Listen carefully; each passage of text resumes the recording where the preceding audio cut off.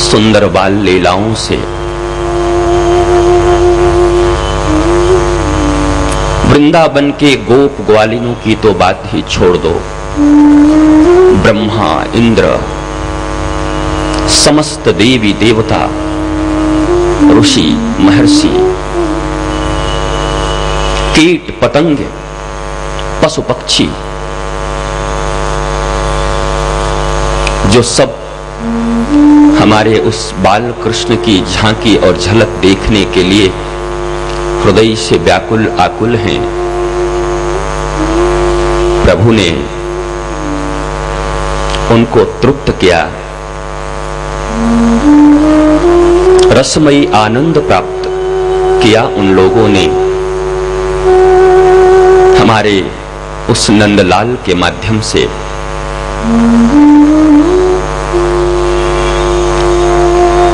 श्रीमद् भागवत के महात्म्य में लिखा है कि जहां यह भागवत ज्ञान यज्ञ चल रही होती है, जब रामचरितमानस की कथा कहीं पर होती है, तो हमारे प्यारे हनुमान लला, जो हमारी दाईं ओर, मुझे ऐसा प्रतीत होता है कि संकट मोचन का पवित्र मंदिर इधर ही है, वो उस राम कथा में आकर अवश्य ही उपस्थित होते हैं।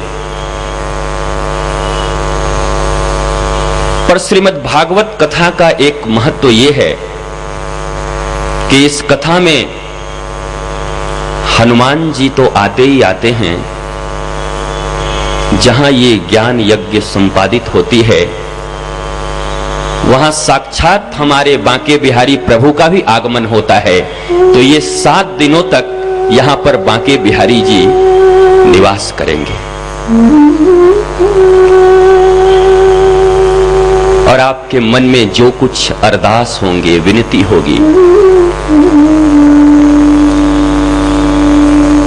ज्ञान से नहीं, भक्ति से, प्रेम से आप बांके बिहारी जी के सामने अपनी अरदास को रखेंगे।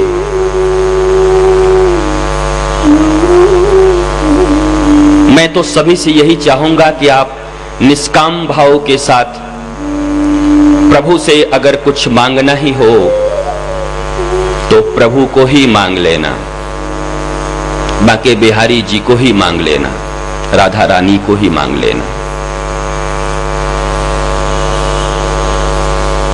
क्योंकि आप किसी श्रीमंत के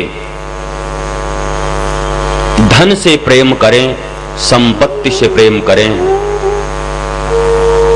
तो वो संपत्ति धन आपको मिले न मिले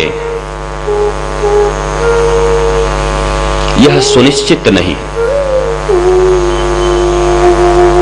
पर कोई ऐसा दिलवाला मिले, प्यार करने वाला मिले, जो श्रीमंत से ही प्यार कर ले, तो श्रीमंत की संपत्ति तो उसकी हो ही जाती है, साथ साथ श्रीमंत भी उसके हो जाते हैं। मैं अपने बाल्यकाल से ही एक बात निश्चित होकर लोगों को कहते आया हूं कि दुनिया से बड़ा दुनिया बनाने वाला होता है।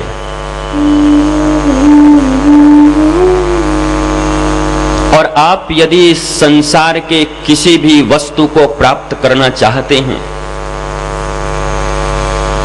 इस संसार में किसी भी प्रकार के सुखों को अपने भीतर लाना चाहते हैं, इस संसार के दुख से मुक्त होना चाहते हैं, तो इतनी अलग अलग क्रियाओं को करने की आवश्यकता नहीं।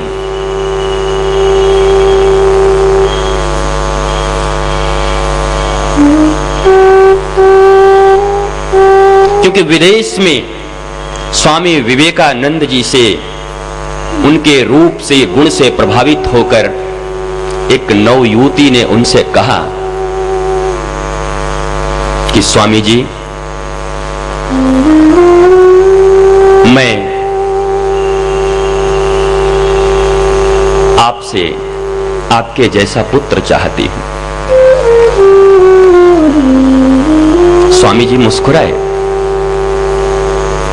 और उन्होंने कहा, देवी देखो,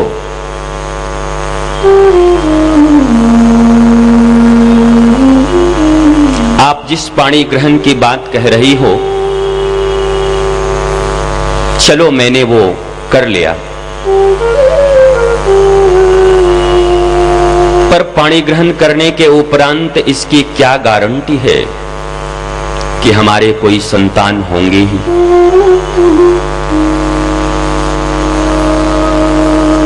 और संतान हुआ भी तो तुम्हें पुत्र चाहिए, अगर पुत्री हो गई तब। ये सब बड़ी अनिश्चितता की बात है। तो आपने मुझसे जो कहा है, मैं आपकी मांग को अभी पूर्ण किए देता हूं कि मुझसे मेरे जैसा पुत्र हो न हो ये तो ईश्वर के हाथ में है, पर ये दास आज से और अभी से ही तुम्हारा पुत्र हो गया, मुझे पुत्र रूप में स्वीकार कर लो। ऐसे हमारे स्वामी विवेकानंद।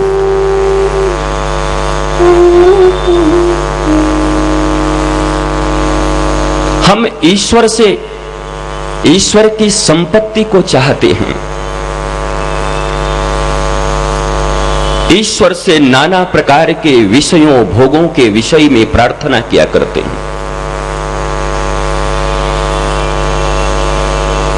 अगर विषय और भोग ही आपको इतने प्यारे हैं तो कोई बात नहीं, मैं मना नहीं करता, पर इतना कहता हूं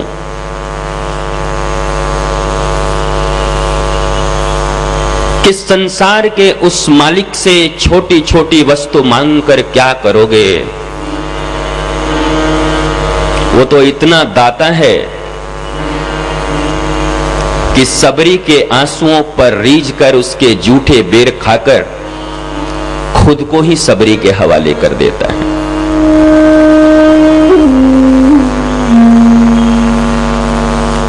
ऐसे परम कृपालु, ऐसे परम दयालु परमात्मा से हम और भला क्या मांगे? वो कृष्ण कन्हैया ही मेरा हो जाए, मां राधा ही मेरी हो जाएं, हम उनके बन जाएं, फिर इस संसार में किसी भी सांसारिक वस्तु सुख को चाहने की आवश्यकता ही नहीं पड़ेगी।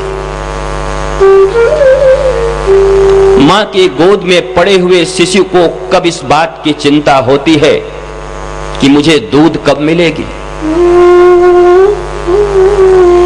उसे कब इस बात की चिंता होती है कि इतनी सर्दी आ गई, मुझे कपड़े कौन लाके देगा? इस सर्दी से गर्मी से मेरी हिफाजत कौन करेगा?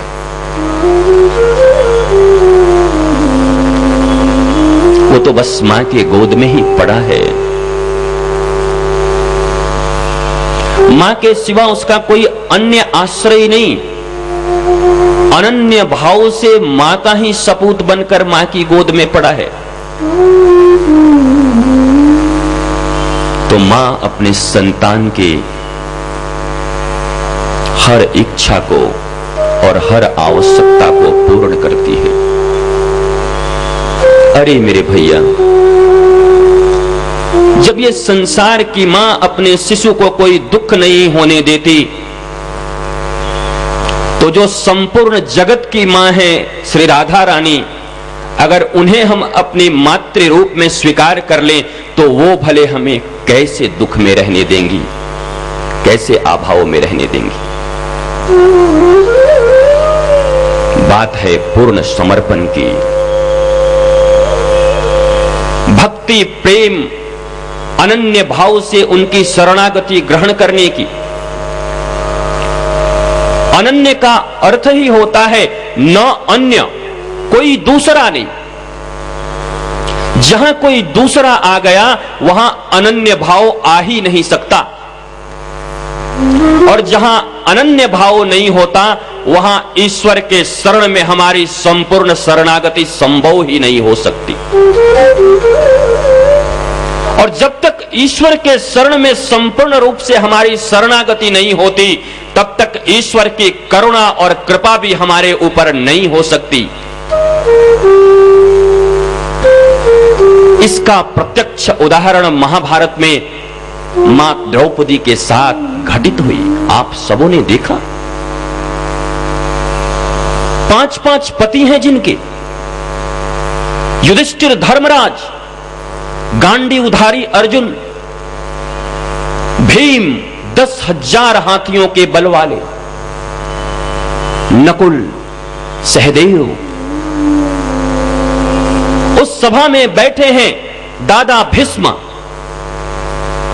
उस सभा में बैठे हैं गुरु द्रोणाचार्य, उस सभा में बैठे हैं उनके ससुर धृतराष्ट्र,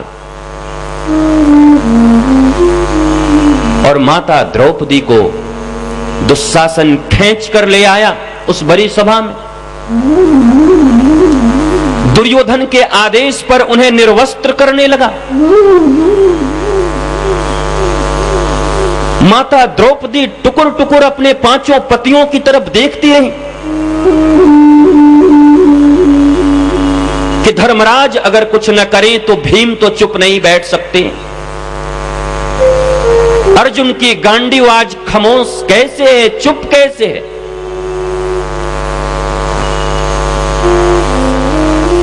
फिर द्रोणाचार्य की तरफ भी देखा कि आप तो गुरु हैं,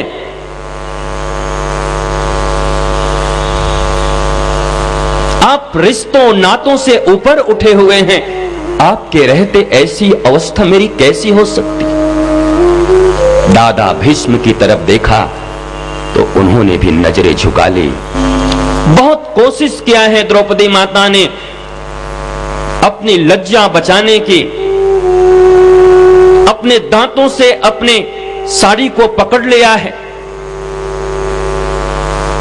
कहते हैं जब आखिरी गांठ बच गई और कोई उपाय न रहा, जब तक जगत पर भरोसा था, एक एक करके जगत वालों, और जगत भी कोई साधारण संसार नहीं था, उनके पति वहां पर हैं, दादाजी हैं, ससुर हैं, गुरुदेव हैं, अपने ही परिवार के समस्त लोग हैं, कोई बाहर संसार का व्यक्ति नहीं, कोई पड़ोसी नहीं। तब माता द्रौपदी ने, द्रुपद सुता ने द्वारिकाधीश को पुकारा, और एक बार जो द्वारिकाधीश को पुकारा तो वो तो आरंभ से ही कहता है, जब भी तुम मेरी शरण में आ जाओगे तो मैं तुम्हें मुक्त कर दूंगा। द्वारिकाधीश भगवान श्री कृष्ण माता द्रौपदी की लज्जा बचाते हैं।